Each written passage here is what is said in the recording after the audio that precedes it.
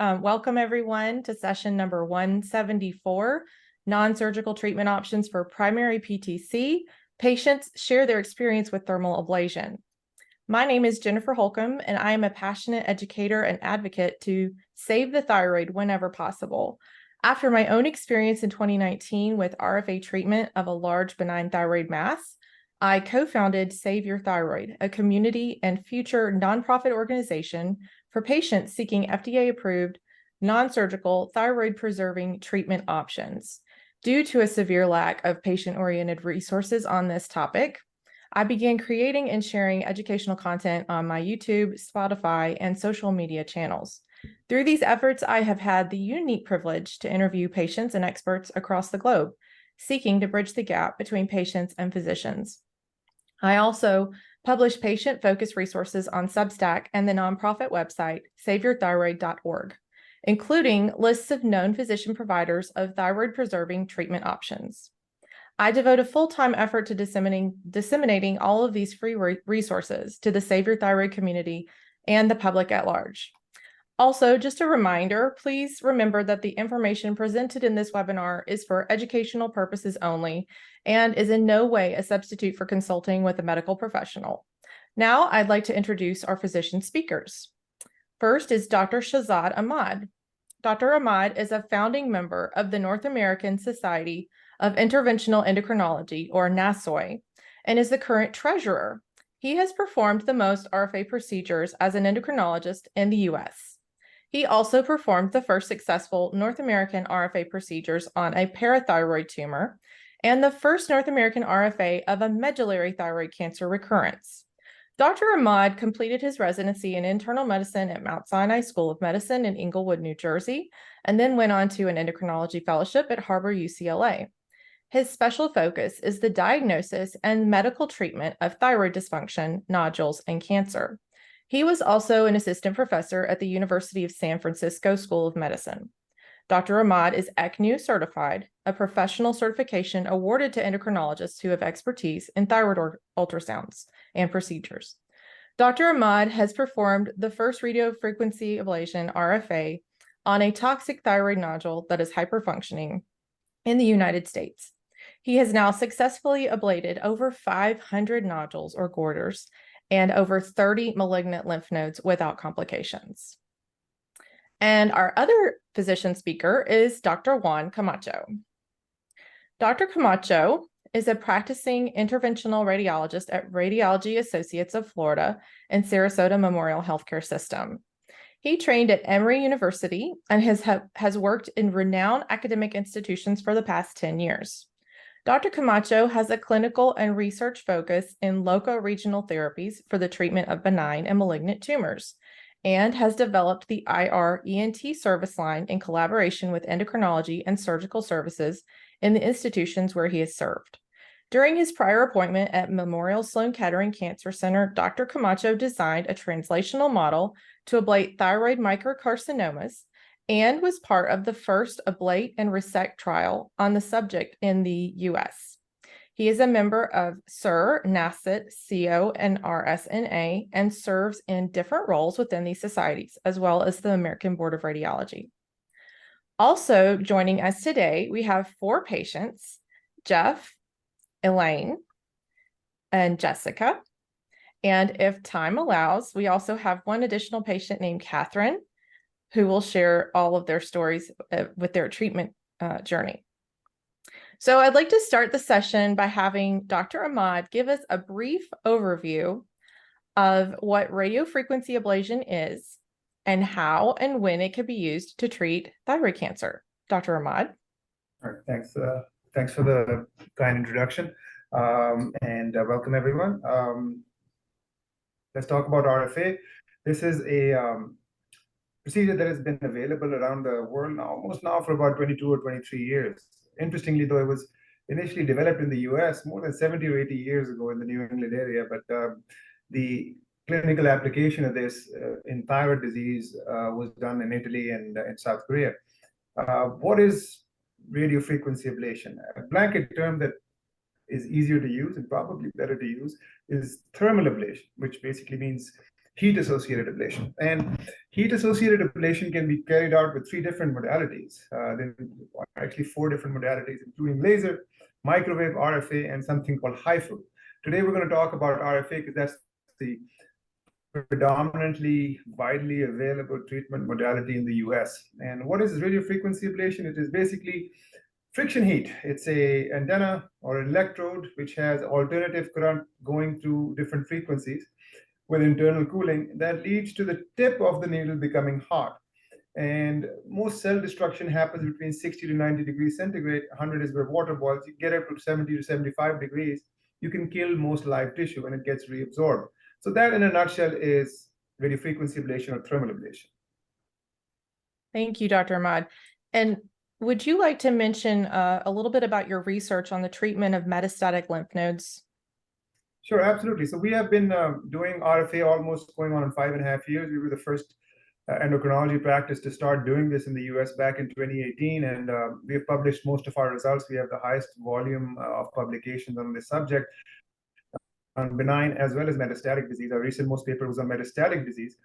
We have indulged in a little bit of primary cancer also, microcarcinoma, but as we go through this discussion, I'll explain to you how this is not the #1 application for RFA, and I don't expect it to be the #1 application. I think it's most appropriately geared towards benign thyroid nodules and thyroid cancer recurrences in the neck rather than for primary cancer because of various technical limitations that can get in the way. For the appropriate patient, obviously, it's very effective.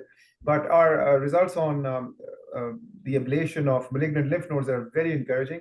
We recently published a paper which had about 14 to 16 patients, but we're done close to 30 with long-term follow-up. And it's not hard to take care of low-volume metastatic lymph nodes, less than 2 or 3 in number, in one session with no real recurrence that we've noticed so far, which is in line with studies from South Korea and in Italy, which also basically support this idea that low-volume disease ablated with just one session with radiofrequency ablation in the right hands, obviously in the expert hands, is highly efficacious and leads to very good results. So it's kind of like a bridge between repeat surgery versus radioactive iodine versus doing nothing. So it does work in that regard. So we are doing that quite regularly. At least 1 or 2 lymph nodes, sometimes 2 or 3 lymph nodes a month is our average volume compared to the higher volume of doing 8 to 10 cases of benign disease every month. And Dr. Camacho, can you please give us a brief explanation of laser ablation and how and when it can be used to treat thyroid cancer, both primary and recurrences? Sure, absolutely. So laser ablation has been also around for about 20 years or so. The first cases in primary in micropapillary thyroid cancer were described in Italy back in 2009 or so by Dr. Papini. And essentially what he does is you advance a laser fiber directly into the needle, into the thyroid. And laser, what it does is it's a form of transmitting heat into the tissue. So it's just simply another form of thermal ablation. Because of the way it transmits energy, it cannot, let's say, produce gigantic ablation zones. It's a little bit more precise, more focused. So in my opinion, and at least in the applications that we have right now, it's probably one of the ideal means to treat micropapillary thyroid cancer. The main difference, probably besides the ablation zones that you can create, is the way the procedure is being performed. So you advance a very small needle, which is a 21 gauge needle, which is a needle that you normally would use to gain vascular access or to do an IV, or is the main needle, one of the main needles that you can use, for example, to obtain a fine needle aspiration sample. And through it, you advance the laser fiber. The laser fiber is as thick as probably like dental floss. It measures about 0.3 millimeters in thickness. And the other advantage of the procedure is that you don't have to move the needle back and forth as you do with radiofrequency ablation. So I think that the main message is it shouldn't be asking ourselves which one is better, does laser is better, or RF is better, or microwave is better. It's just all of these techniques are part of a big of a bigger thing, which is thermal ablation. And thermal ablation, the main objective is to transmit heat into the tissues so you can destroy it.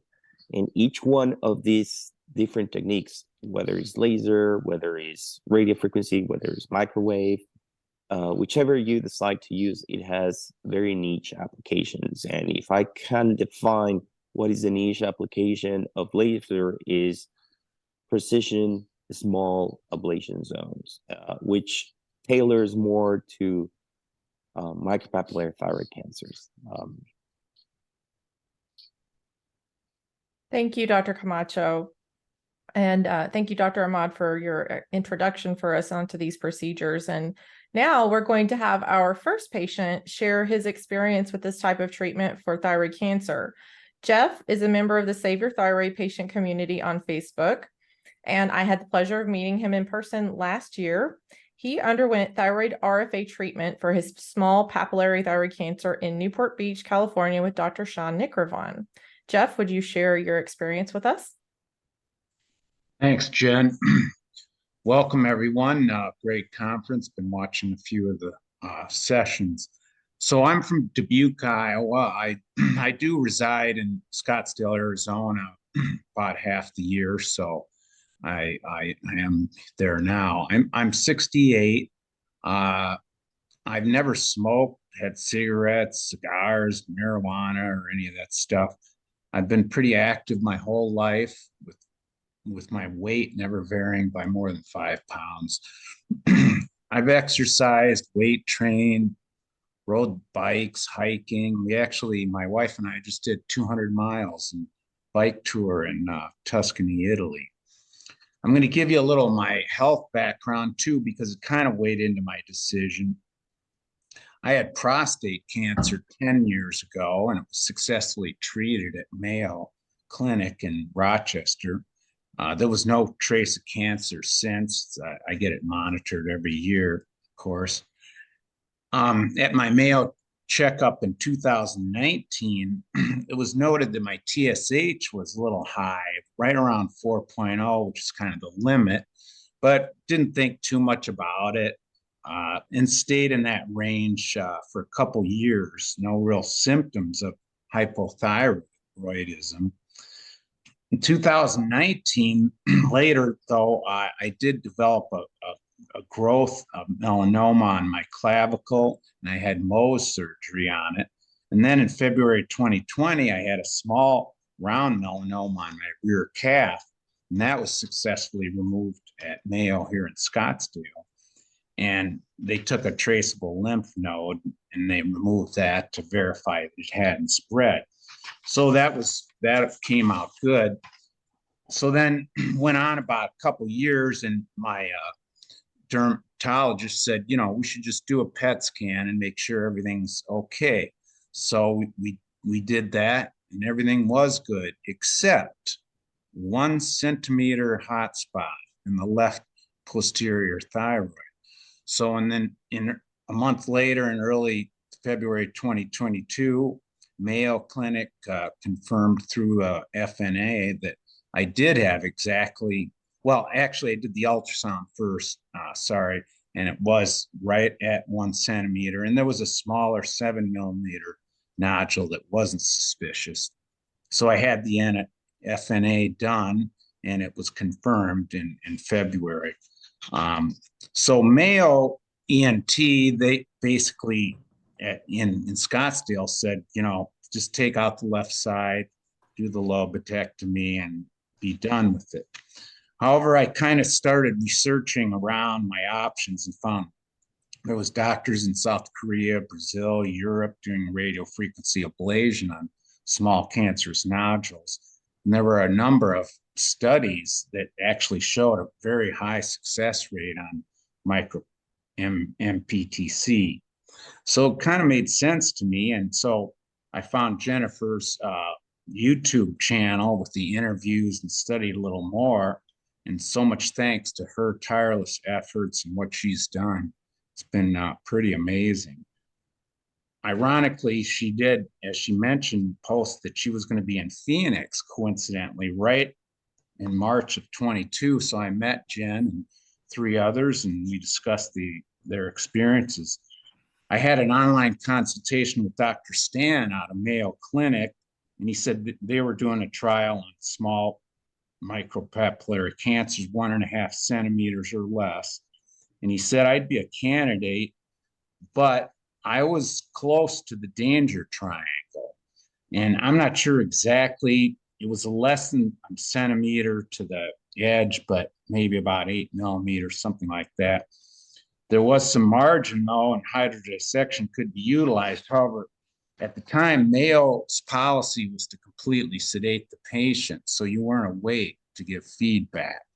So that kind of had that ruled out. So then I proceeded to look for the 2 best endocrinologists, what I thought, west of the Rocky Mountains. And I visited Dr. Ahmad in Salt Lake City, and he was leaning towards maybe treating it. And then Dr. Ajmal came in and we met. Due to the proximity, they respectfully declined to treat it, which was fine, understood completely. So, you know, at my age, I had to consider these prior histories of cancers and things like that, and kind of put it all in. So I went to also then called Dr. Nikravan, talked on the phone, said there was a good chance for it. I went out, drove over to Newport Beach, and you know, he had done a lot of them, of course, and everybody knows some of his history. So on May 10th, 2022, we did do RFA, and there were visitors from California, and it was on video and everything. I was semi-conscious, which is, I think, the best way, I guess.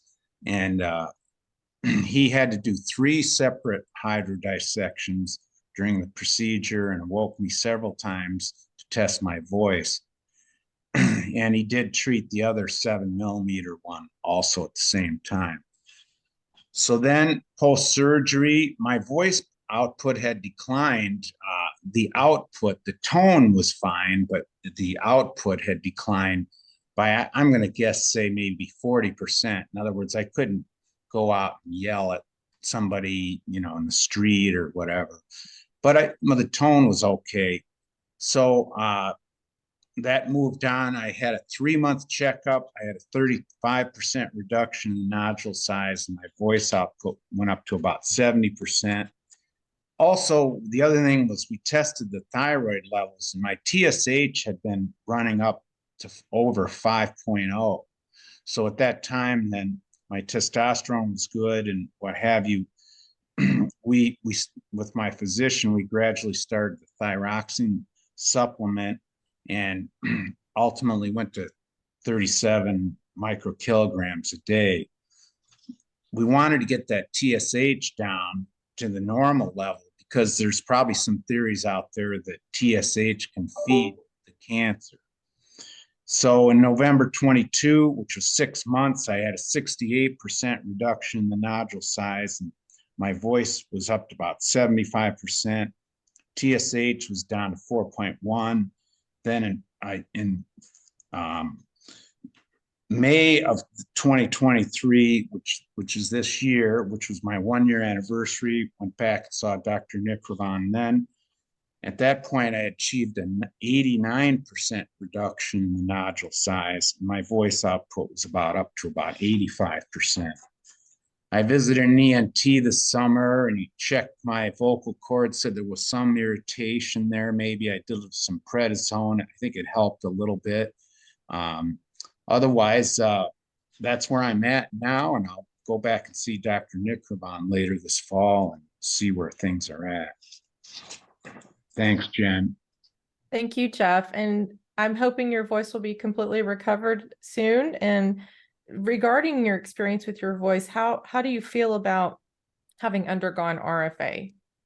Well, you know, again, mine was a pretty risky procedure. And so I was taking some chances, you know, and the age that I was at, you know, on the one hand, you could say I could live for a long time, but on the other hand, if I didn't have 100% the rest of my life, it's not like I was 25. I could maybe afford to take a little more risk and you know, go that route. So, you know, it was, everything's got risks in it, and you got to weigh and balance everything. I watched the thing on active surveillance today. I didn't really ever consider that, even though I know there's theories behind it. But with my history of cancer, I really didn't want to follow that. I'm glad you're doing really well. I actually distinctly remember you and the case, and remember all the discussions we had. And our biggest concern remained the proximity of it to the danger triangle and the difficulty to hydrodissect these things. Correct. The issue with hydrodissection is that it requires a lot of practice and skill, and it Right. requires usually two people. So me and Dr. Aljamar do it together. Sean Nickerman and I did fellowship together. We trained him about 2 or 3 years ago, so he learned from us and he does a good job. But technically, this is challenging, and we did discuss your case also. So it's not like it Right. was done in a vacuum. We knew that you wanted to get it done, and he was skilled enough to do it for you. And I think the outcome that you've had so far sounds really promising. Right. And I'm glad things worked out for you. Thank you, Doctor. Yeah, I really appreciated seeing you and your team. Well, thank you guys both for sharing your thank you, Jeff, for sharing your story, and Dr. Ahmad for your comment. And next we have Jessica, who is also a member of the Save Your Thyroid patient community. And she also underwent thyroid RFA treatment for papillary cancer in Newport Beach with Dr. Nickervan. Jessica, will you share your story? Hi, everyone. Thank you so much for allowing me to tell my story. And thank you to Jennifer, because if it wasn't for her, I would have never known about RFA and I wouldn't be in the position I'm in today. So a bit of a background. 4 years ago, I was working as a professional dancer and a nutrition and fitness coach in California. And I had always been really active. I've been dancing since I was 2 years old. Never had issues with weight or with my health. But I began to experience bizarre symptoms out of nowhere. Started gaining weight really rapidly despite dancing 3 to 4 hours daily and training at the gym about 5 to 6 times a week. I went to a primary care physician who sent me to an endocrinologist. They told me that my TSH was normal and to just eat less and work out more. But I knew deep down that there was more to the story. But I went home with that idea in my head that if the blood work is normal, then I must be normal. But then the weight kept piling on, and I started to notice that chunks of my hair was falling out in the shower, and also pieces of my eyebrow hair would fall out when I would wash my face. And it progressed to where when I would lay down, I felt like my windpipe was closing, and sometimes I would feel like a lymph node get stuck on the right side of my neck when I would tilt my head backwards. And I also started to exhibit heart palpitations when I would just be sitting down calmly. I went to an ENT who misdiagnosed me with acid reflux, and then I started having ringing in my ear. I felt like my bones were always aching, and no matter how much sleep I got at night, I always felt tired. I always felt fatigued, always needed a nap after work. And I started researching my symptoms because at this point I had gone to 4 different doctors who all told me that it was, stress related or diet related. And I kind of concluded in my own mind that this was either undiagnosed Hashimoto's or some kind of cancer. And so it finally got to the point where I was entering year 4 of symptoms and no answers, that I went back to my primary and I insisted on an ultrasound of my neck, because at this point I had seen a lot of testimonials from patients online saying that these are the symptoms they had when they had thyroid cancer or when they had hypothyroidism. And she palpated my neck and she's like, well, I don't feel anything. I think you're fine. And I said, look, at this point, I have gained 75 pounds in the span of 3 years. I'm working with a fitness trainer. I'm not losing weight. I've had to step back from my dance career and my coaching career. I don't feel good, which is the more important thing, is that I didn't feel good. I felt tired. I didn't feel like myself. And that's when they discovered a 2.1 centimeter nodule pressing on my trachea and my carotid. I went back to my endocrinologist, who said to remove it surgically. And I was afraid of this because I had, gone through so much with my health that I just knew that if I removed such a vital organ, who's to know what's going to happen after that.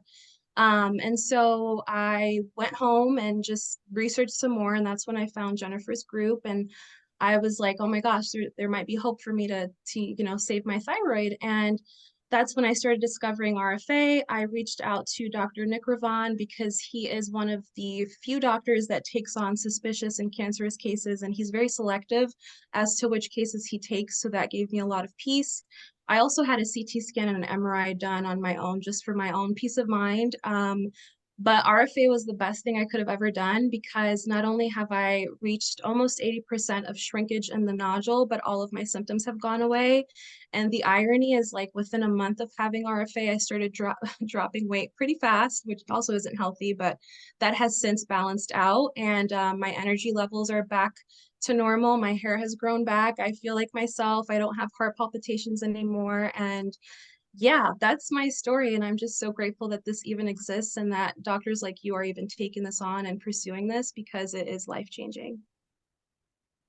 Wow, Jess, I'm so glad you're doing better. I'm sorry, Dr. Ahmad, go ahead. So I'm glad, Jessica, things have worked out really well for you, but the symptom constellation you're having, it sounds serious, but it's not typical that RFA of a supposedly malignant nodule would lead to alleviation of these symptoms. So it's possible in you, but I'm saying it's not typical. So I don't want this discussion to disseminate the type of information that if you have cancer, the type of symptoms you're having would affect everyone. They seem to be unique. But what I'm trying to say is somebody I used to be a general endocrinologist. I have a thyroid only practice, and I've been doing this for almost 20 years. Your symptoms are not typical for thyroid cancer. I'm glad they're better, and I'm glad things worked out, but it's just not a typical symptom constellation as for microcancer. Thank you. Dr. Camacho, did you have any comments? I think the main takeaway that I take from Jessica's story, it's also about the power of your community, to be honest, the power of what patients can do when they have drive. And also it should inspire all of us as physicians to offer options, because unfortunately not everyone is willing to offer all the different alternatives that we have now to manage things. So I'm happy that Jessica had such a good result. It's a complicated history with a lot of symptoms that, as Dr. Ahmad was saying, they're not the typical ones, and those are the cases that can be very challenging. And it's definitely encouraging to hear such a story, and at the end of the day, such a success story. So I really want to emphasize the power of meetings like this ones, and the power that we have to disseminate accurate information. And I also share all of those sentiments with Dr. Ahmad, and congratulations, Jessica. I would second Dr. Camacho. Actually, I've known Jennifer now for 5 years, so what you're doing is an amazing job. And let me throw some numbers at you guys so that you know that your work is not done. It's only beginning. 100,000 thyroidectomies are carried out every year in the US for benign disease. 100,000. And that number is going up. And the number of people undergoing RFA is still very small. So according to my estimate, and because I'm part of the NASOI organization, and I know pretty much every endocrinologist and a lot of other people who are doing high volume procedures like this, I believe we're probably doing maybe 1% of those is RFA right now. Maybe 1%, maybe less than that. So our center, the highest volume center, probably does 150 a year. Other high volume centers probably do 100, 120 a year. So if you add everything up throughout the whole country, maybe we're doing 1,000 RFAs. That should be around 50,000 RFAs. And that is up to you, nice people, you wonderful people with your passion and your positive personalities to spread the word, because not because people like me need more work, we're busy enough, but I have seen as an endocrinologist, surgeons don't get to manage people's hypothyroidism. They do not deal with the side effects that happen after their surgery. Some of them do for a short period of time, a majority of period of time, it's endocrinologists who deal with that. Long-term hypothyroidism, symptoms such as what Jessica suggested, which typical in people who have hypothyroidism. Remember, up to 25% of people after thyroidectomy don't feel normal in spite of having normal levels. So having your thyroid is really important. So getting this information out is really important. It would really help all endocrinologists and all physicians who treat post-surgical complications. Sometimes these are lifelong complications, including permanent hypoparathyroidism or low calcium, which can happen between 2 to 4% of the times. Permanent voice changes, which are also pretty similar depending on the skill of the surgeon you're seeing. So from our standpoint, from our organization standpoint, which is endocrinologists who are doing interventions, we want this procedure to be more widespread so people like you can have these nice stories where there are good outcomes. And they're better outcomes than surgery. We know that because there's papers comparing these two things.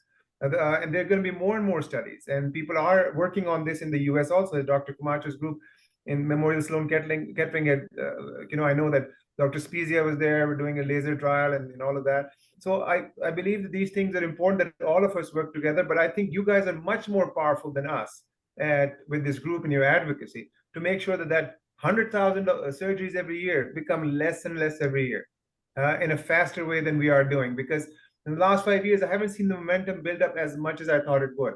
And I'm hoping that changes in the next 5 years with your help. Well, thank you, Dr. Ahmad. That means a lot to me to hear you say that. And, I'm encouraged by the fact that our community has grown to over 8,000 members in recent days. And that number is just going up steadily. We have so many new people coming to the group who are asking questions about this. And I've been pointing them all to this webinar tonight to let them know that this was the perfect opportunity for them to learn about this. So thank you very much for your comments on that. And next, we are going to have Elaine, who is also a member of the community, share her story of RFA treatment for her small papillary thyroid cancer earlier this year. Elaine? I think you're muted, Elaine. I hope that helped. Can everybody hear me now? Yes, thank you. Oh, perfect. Okay, great. So my journey to RFA started on February 2nd of this year. I'll back up a little bit to 2021. I was driving down the road one day and felt under my chin, and I felt a little something under my chin. It felt like a little lump, and something just didn't quite sit well with me. So I went to my general practitioner. I asked her about it, and she said, it feels like everything's okay. I just had COVID. So we assumed maybe it was still some lingering swollen lymph nodes. They stayed around. I kept pressing her for an ultrasound of my neck. Everything ended up being okay with that. But then by accident, we found this thyroid nodule that at the time was 9 millimeters. We came up with a plan just to watch it. I actually got pregnant with our second child. So we wanted to wait until I was through that pregnancy. Once I was finished, I had another with a pregnancy and our son was here. I had an appointment with a local ENT here in the town that I live in. And we found out the nodule had grown a little bit. It was now 1.1 centimeters, and it was time for a biopsy of that.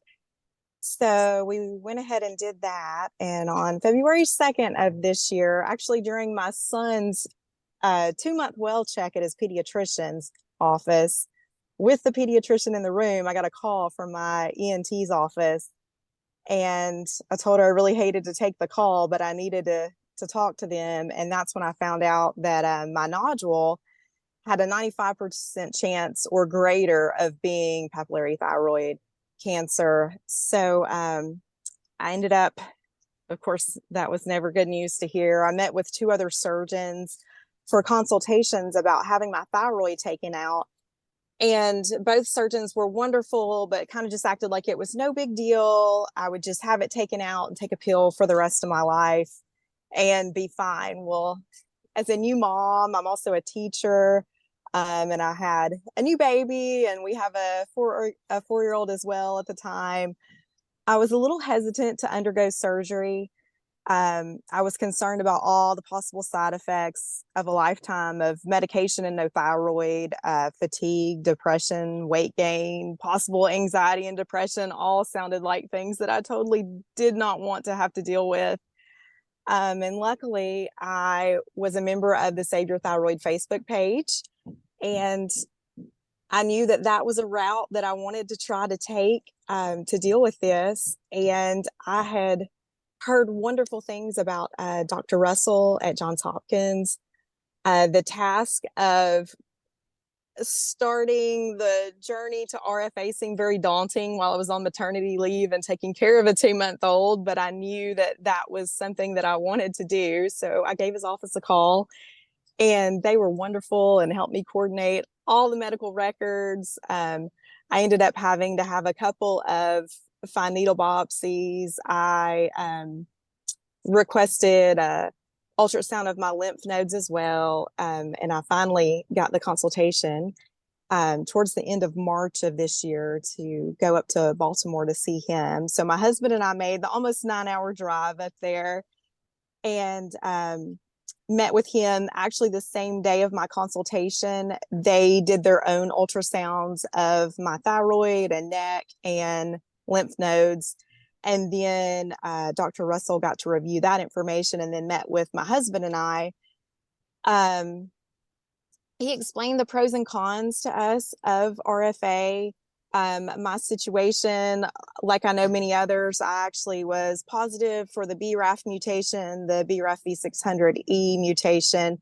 And he explained that my RFA outcome could possibly not be, quite as good because of that mutation. I didn't have any visible spread to the lymph nodes. And I just was sure that it was definitely something that I wanted to pursue. We were able to set up a date for RFA on June 6th of this year. So my husband and I made the trip to Baltimore again 2 times, driving up there. It was a great trip though. When I got there, I know a lot of people ask, they're worried about, do they need medication like for anxiety or for their nerves? I did not.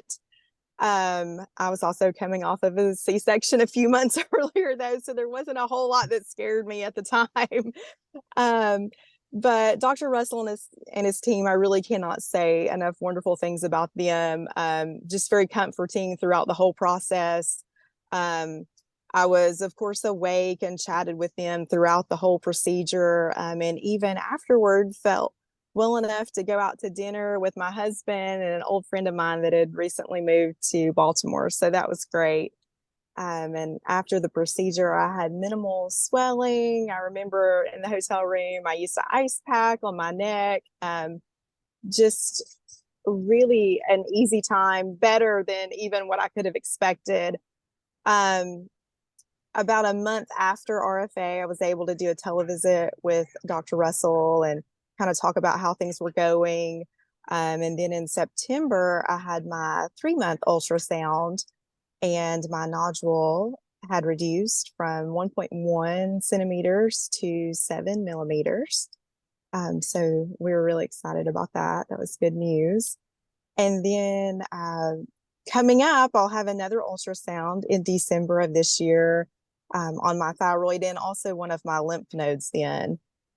So for me, RFA was 100% worth it. The time, the cost, the travel, all of that was minimal compared to the opportunity to save my thyroid.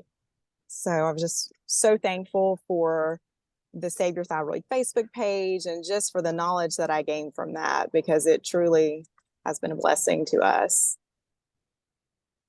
Thank you so much, Elaine. I'm so glad you're doing well, and I hope that your next follow-up ultrasound that nodule has gotten even smaller. So please let us know. Thank you very much. Thank you.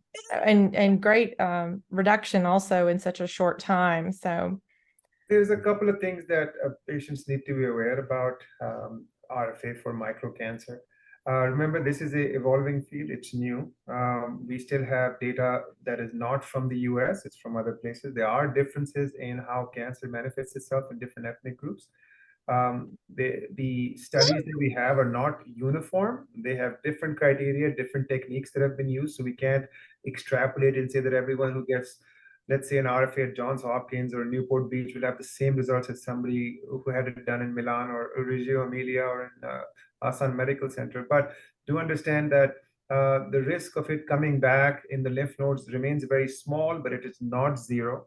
The risk of a new lesion on the contralateral side or the same side is small, but not zero. And do understand that there's a study in Italy where they did the same thing as the protocol the other people are following in the US, where they ablated and then resected the lesion. It was a very good study, but they found out that up to about 20% of so-called successfully ablated microcarcinoma still had cancer in there when they took it out surgically. So this is still something that I'm cautiously optimistic it's going to work really well for our patients. But all I'm saying is stay vigilant, and it's not a silver bullet. It's the right tool for the right condition. And I'm glad all of you guys who are here are doing well, but it's not a one-size-fits-all thing. So I would caution with a little bit of skepticism about how the future is going to unfold. And all of us are working really hard to make sure that the best stuff is available for our patients. Definitely. I would like Dr. to mention, Camacho? something that I believe is important that Elaine also touched on, and it's regarding the mutation. That mutation that she had is actually the most frequent mutations, about 45% of prevalent in microcarcinomas. I don't think that the mutation per se is the one that can lead to a bad outcome during a thermal ablation. It's just that it's important to know that you have the mutation because it can potentially tell you that you have a more aggressive type versus other types. So going back to Dr. Ahmad's comment is that this is about selection. It's about selecting the correct patient to undergo these types of therapies. And usually, and I think most of us in the United States practice the same way, in the sense that we tend to choose those that have a low risk thyroid cancer, which is those who are confined to the thyroid, that don't have any extrathyroidal invasion, and that you're able to achieve a safety margin of probably greater than 3 to 5 millimeters to avoid the possibility of leaving that tumor behind. So I think that those are important messages. Number one, it's not the mutation per se that causes a bad outcome. It's just important to know that you have the mutation because potentially means that you have a more aggressive subtype. Number two, anatomy is very important. Location is very important. Features of more aggressive disease is very important.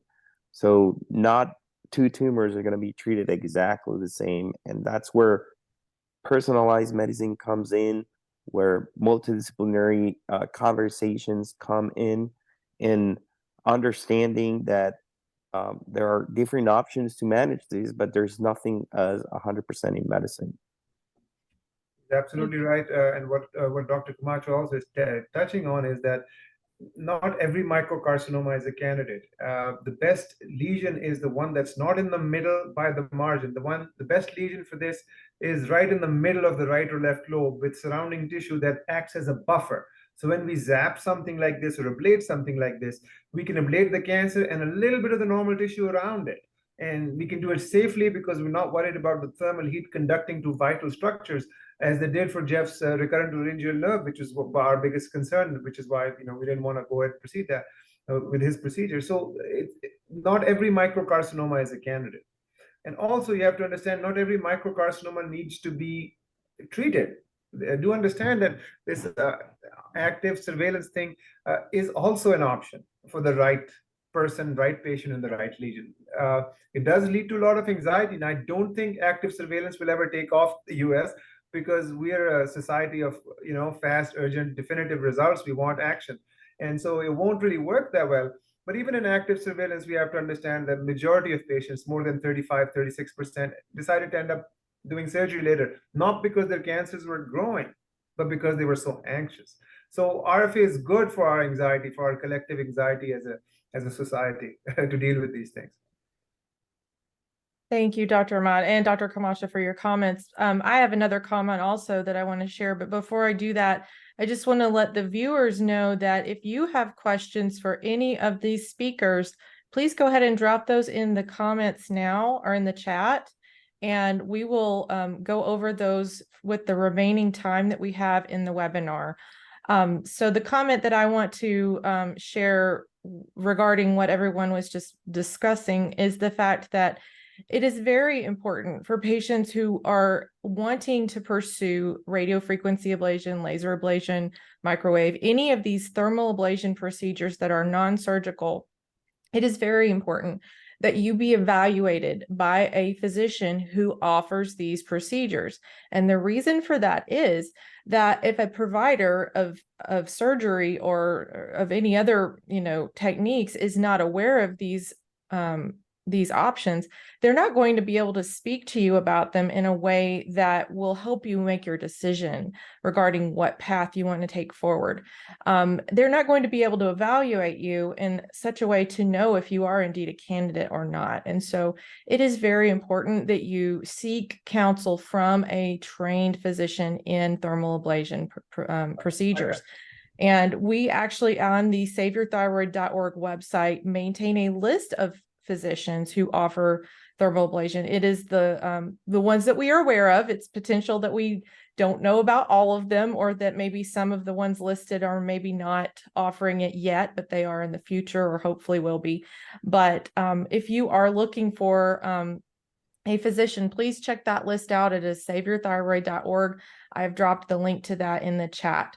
Also, if you are in the chat, you'll notice I've dropped a couple of links to videos that I have conducted with other patients who have undergone RFA treatment for papillary thyroid cancer. Patient M and patient Cyrus. M actually, we participated together for that interview for last year's conference.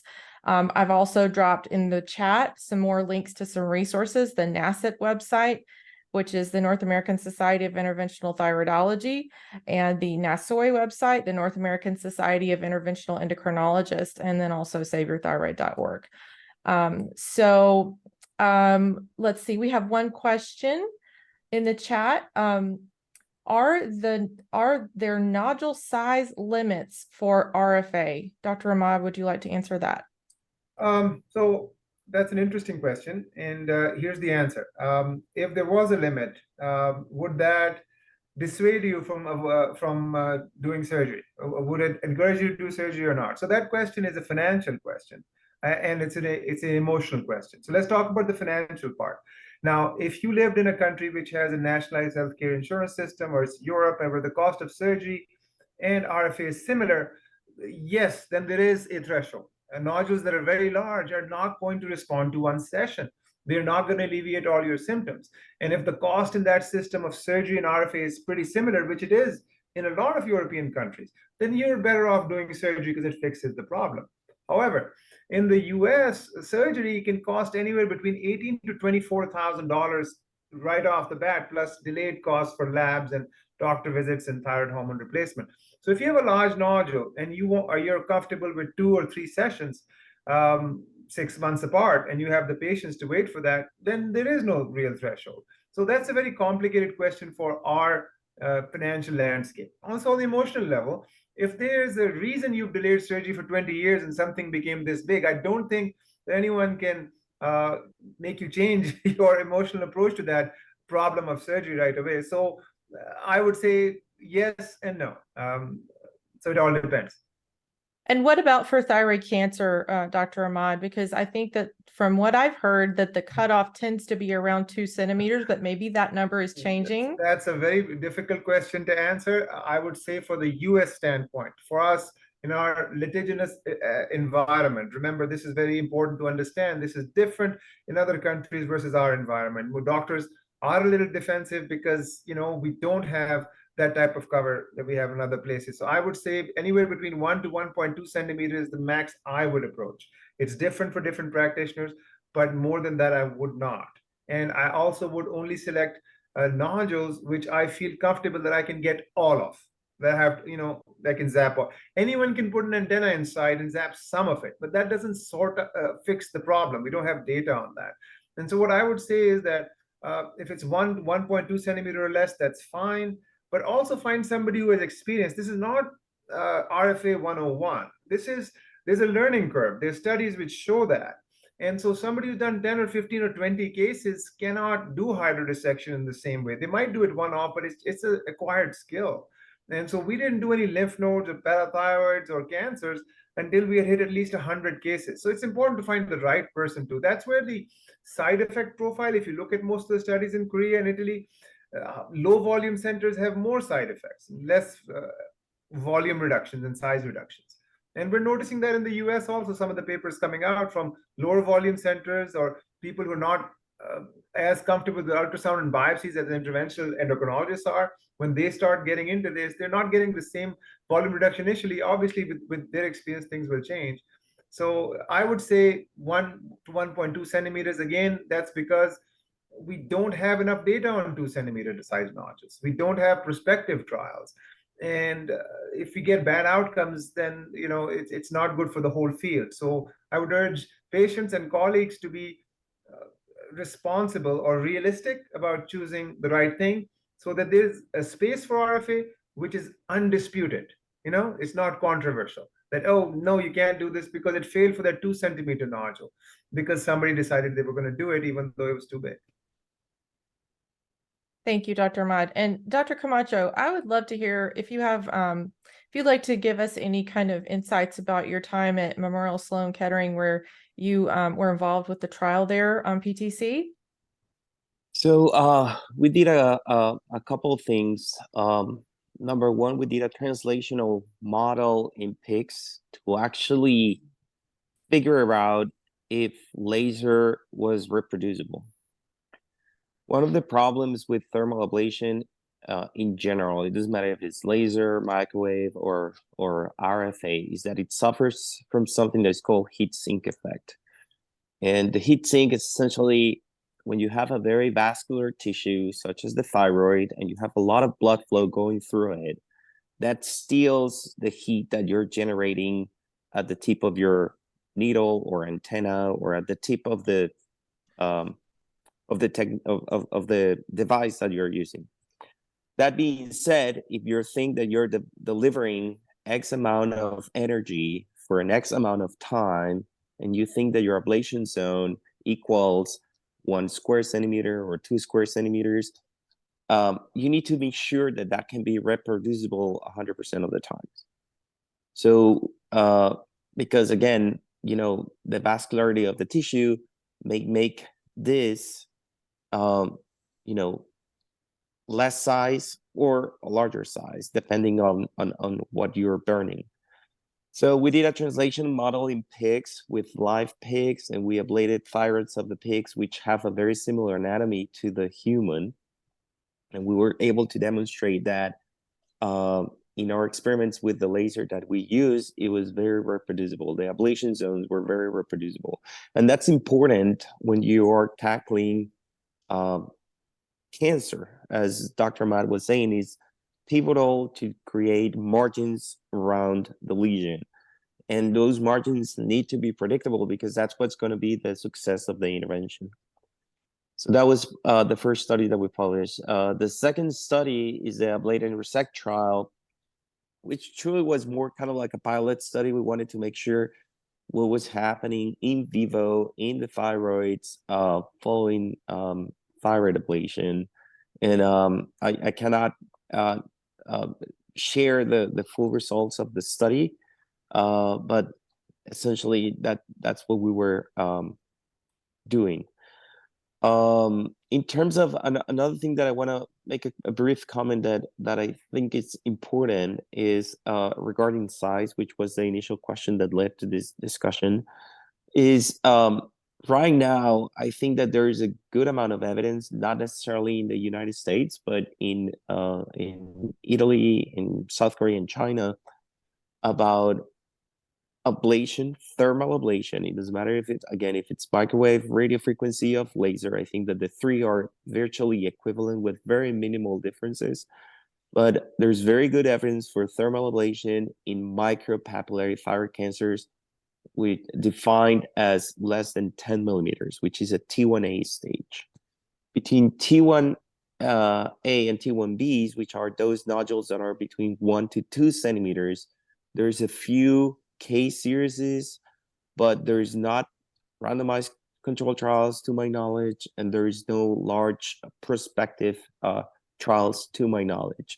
So going back to the importance of Dr. Ahmad's comment is that you don't only need to burn the lesion itself, you need a safety margin.